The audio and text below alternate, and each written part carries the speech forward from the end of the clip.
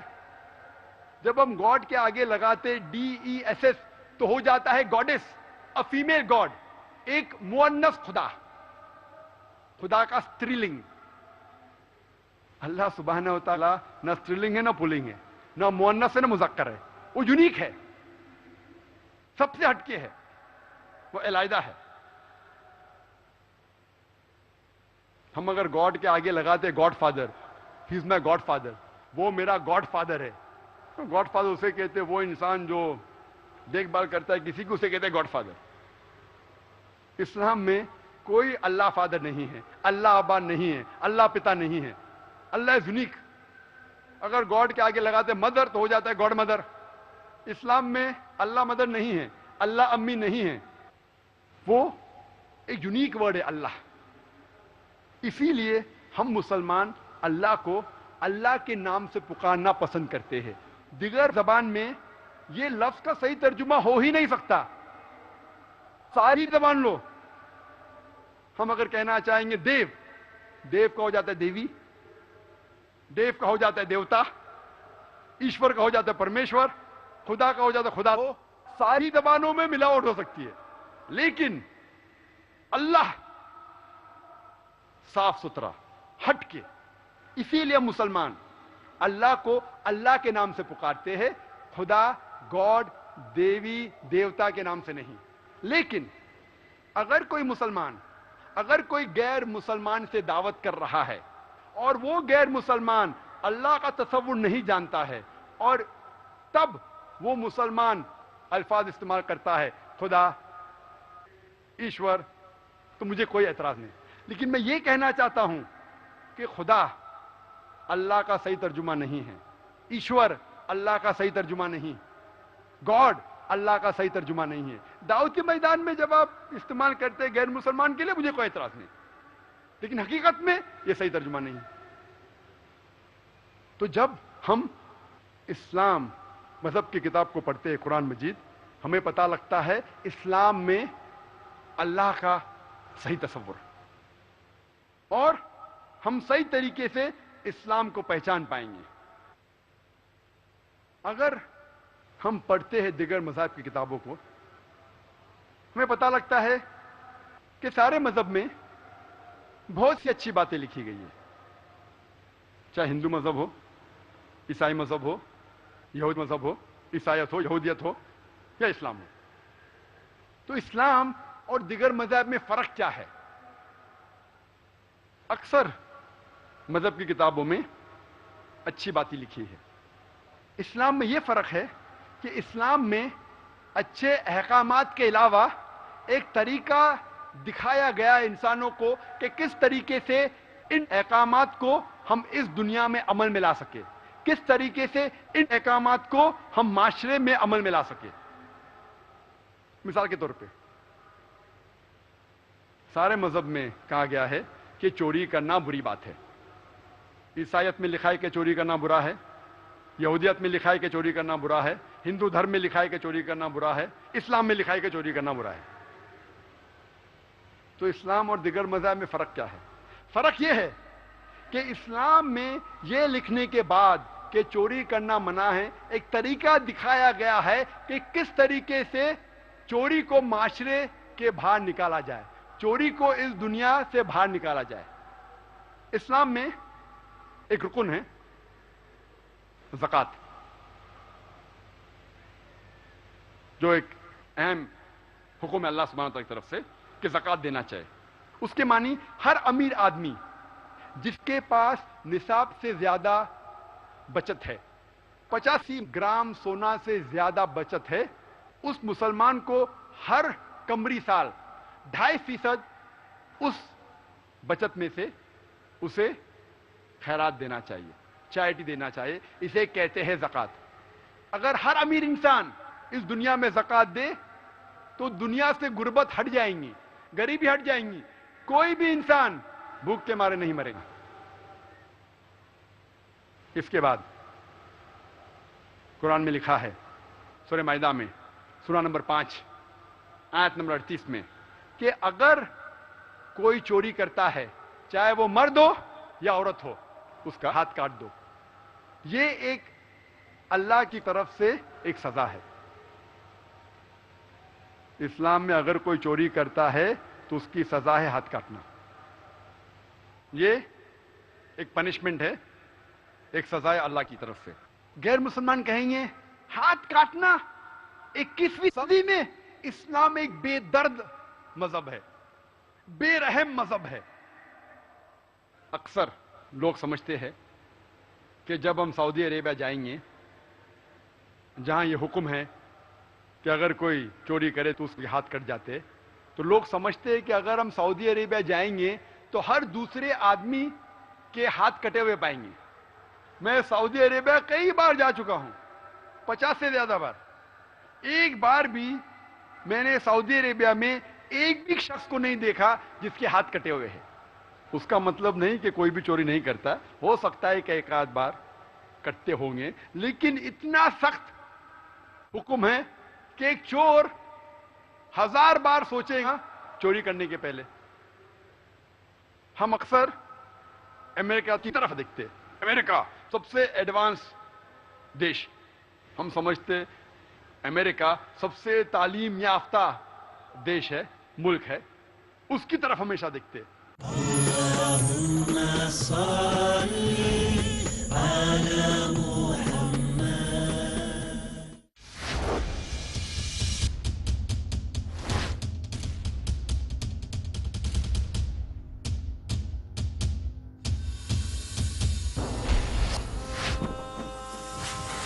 اگر اسلام کی ہو صحیح فہم تو بن سکتے ہیں اللہ کے پسندیدہ ہم، جان کر رسول اکرم کے بتائے ہوئے احکام، کیونکہ حق ہے حدیث کا ہر پیغام۔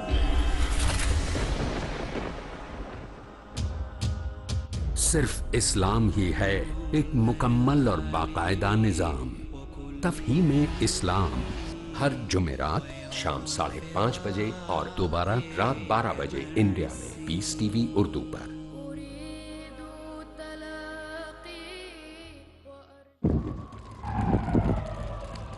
Dialogue, discussion, debate, rebuttal, conclusion.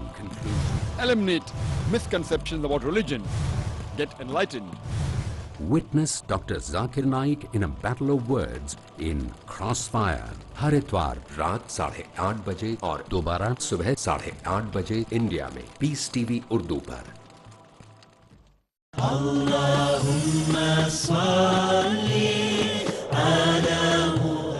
احادیث نبوی صلی اللہ علیہ وسلم۔ حضرت عبداللہ بن عباس رضی اللہ عنہما نے بیان کیا کہ نبی کریم صلی اللہ علیہ وسلم نے فرمایا، 2 نعمتیں ایسی ہیں کہ اکثر لوگ ان کی قدر نہیں کرتے، 1 صحت و تندرستی، 2 فرصت کے اوقات۔ صحیح بخاری جلد نمبر 8 کتاب الرقاق حدیث نمبر 6412۔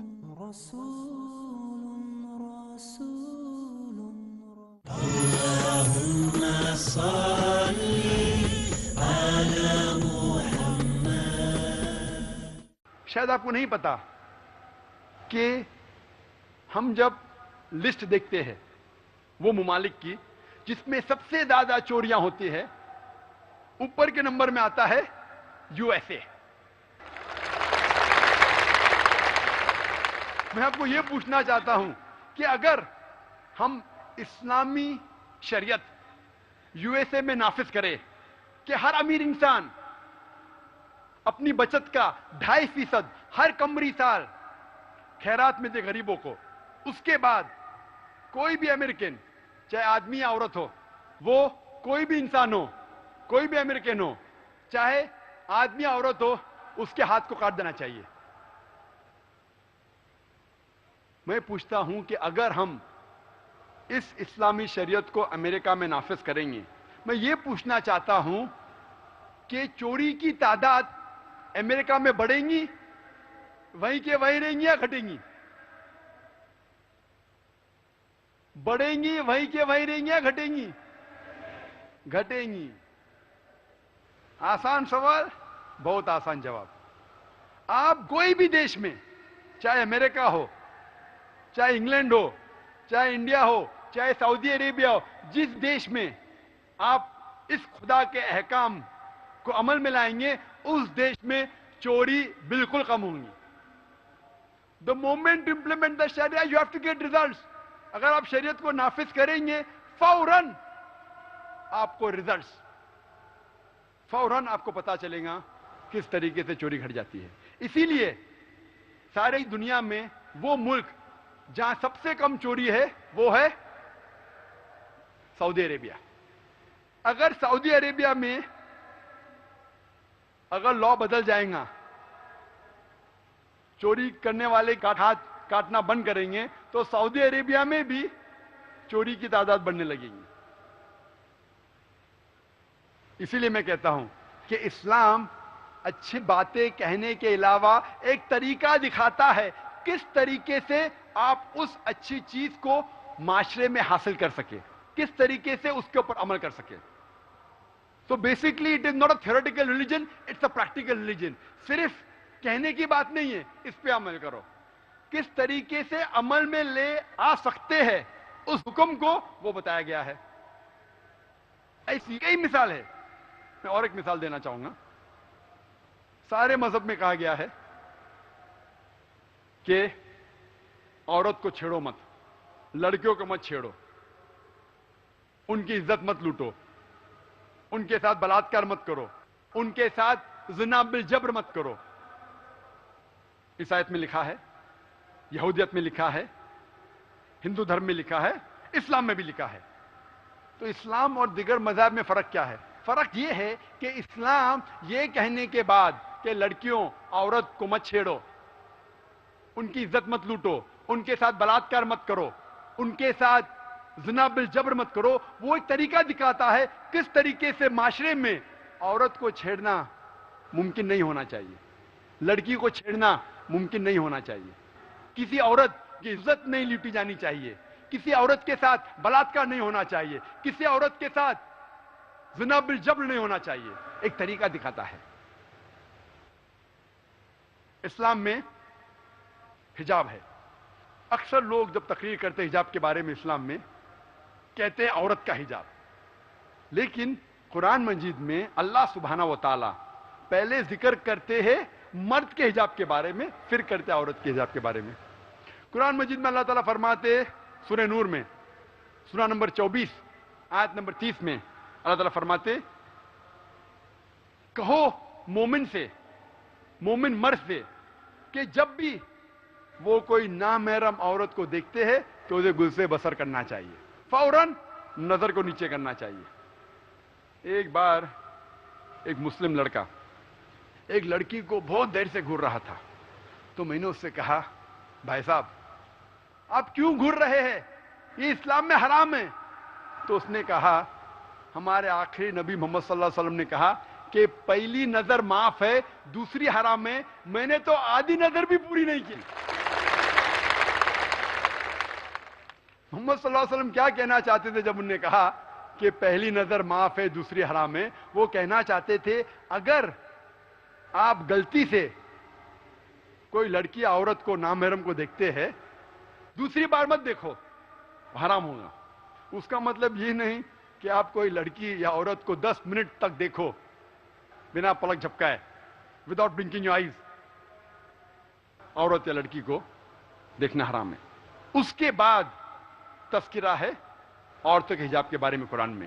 اگلی آیت سورہ نور سورہ نمبر 24 آیت نمبر 31 میں لکھا ہے, کہو مومنات سے, مومن عورتوں سے, کہ وہ اپنی نظریں نیچے کرے اور اپنے سر کا دوپٹہ, اپنے سر کا پلو اپنی چھاتی پہ ڈھاکے, اور اپنی زینت کا اظہار نہ کرے unless what appears ordinary of, یا جو عام طور پہ نظر آتا ہے. اور حجاب کرو سب سے صرف محرم سے نہ کرے چلتا ہے، جو ہے اپنے شوہر، اپنے والد، اپنے بیٹے، اپنے بھائی. اور محرم کی لمبی فہرست ہے. کیا محرم کے ساتھ اگر حجاب نہیں کرے، اپنے بیٹے کے ساتھ، اپنے شوہر کے ساتھ، اپنے والد کے ساتھ، اپنے بھائیوں کے ساتھ، محرم کے ساتھ اگر حجاب کو رقم کیے تو فرض نہیں ہے، لیکن نامحرم کے ساتھ حجاب کرنا فرض ہے. اور جب ہم قرآن اور حدیث کا مطالعہ کرتے ہیں ہمیں پتہ چلتا ہے کہ حجاب کے 6 نقطے ہیں. نمبر 1 نقطہ ایکسٹینٹ، کون سا حصہ جسم کا ڈھکا ہونا چاہیے. مرد کے لیے ہے کم از کم ناف سے لے کے گھٹنے تک، عورتوں کے لیے سارا جسم ڈھکا ہونا چاہیے. صرف جو چیز دکھائی جا سکتی ہے، دکھانا فرض نہیں ہے، دکھائی جا سکتی ہے وہ ہے چہرہ اور ہاتھ کلائی تک. دوسرا نقطہ، کپڑے پتلے نہیں ہونا چاہیے جو پہننے کے بعد اس کے آر پار آپ دیکھ سکتے ہیں. It should not be that thin. It should not be translucent. نقطہ نمبر 3، کپڑے چست نہیں ہونا چاہیے جس سے بدن کا فگر دکھ سکتا ہے. چوتھا، کپڑے اتنے بھڑکیلے نہیں ہونا چاہیے کہ دوسرا جنس ان کپڑوں سے متاثر ہو. نقطہ نمبر 5، ایسے کپڑے نہ پہنیے جو دیگر مذاہب کی نشانیاں ہیں. نقطہ نمبر 6، دوسرے جنس کے کپڑے نہ پہنے. آدمی عورت کے کپڑے نہیں پہننا چاہیے اور عورت آدمی کے کپڑے نہیں پہننا چاہیے. یہ 6 نقطے ہیں حجاب کے بارے میں. اور کہا گیا ہے قرآن میں سورہ احزاب میں سورہ نمبر 33 آیت نمبر 59 میں اللہ تعالیٰ فرماتے، اے نبی کہہ دو اپنی بیویوں سے، اپنی بیٹیوں سے اور مومن عورتوں سے کہ جب بھی وہ باہر جائیں وہ جلباب اوڑھ کے جائے، اوور کوٹ، برقع، تاکہ لوگ انہیں پہچانیں اور ان کے ساتھ کوئی غلط سلوک نہ کرے، ان کو کوئی نہیں چھیڑے.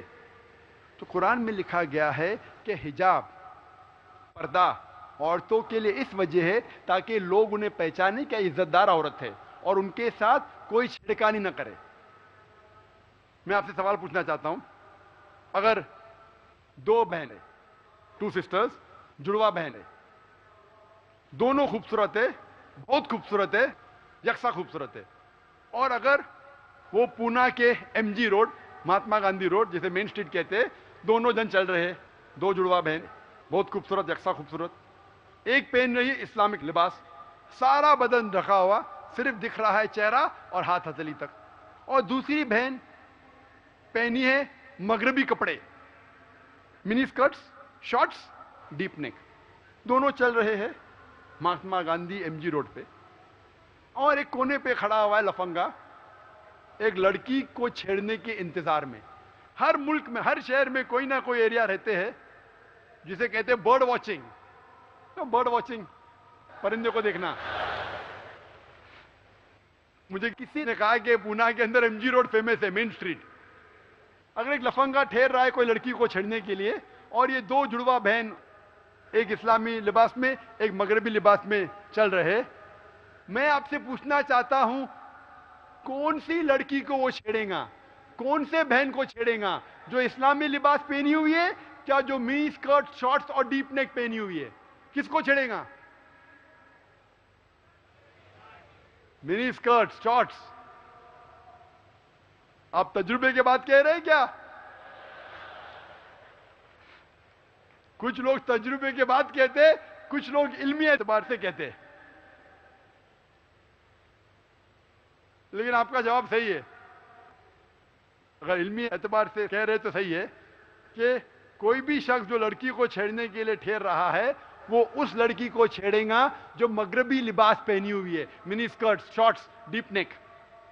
اور اس کے بعد اسلام میں کہا گیا ہے کہ حجاب کرنے کے بعد پہلا کہا گیا ہے کہ مرد کوئی غیر محرم عورت کو دیکھتا ہے نظر کو نیچے کرنا چاہیے، گزر بسر. اس کے بعد عورت صحیح لباس حجاب میں ہونا چاہیے. اس کے بعد اگر کوئی مرد کسی عورت کے ساتھ بلاತ್ಕಾರ کرتا ہے، زنا بالجبر کرتا ہے، اس کی عزت لوٹتا ہے، تو اسلام میں حکم ہے سزائے موت. بہت سے غیر مسلمان کہیں گے سزائے موت. 21ویں صدی میں اسلام بے درد مذہب ہے، بے رحم مذہب ہے، جلاد مذہب ہے. اللہم صلی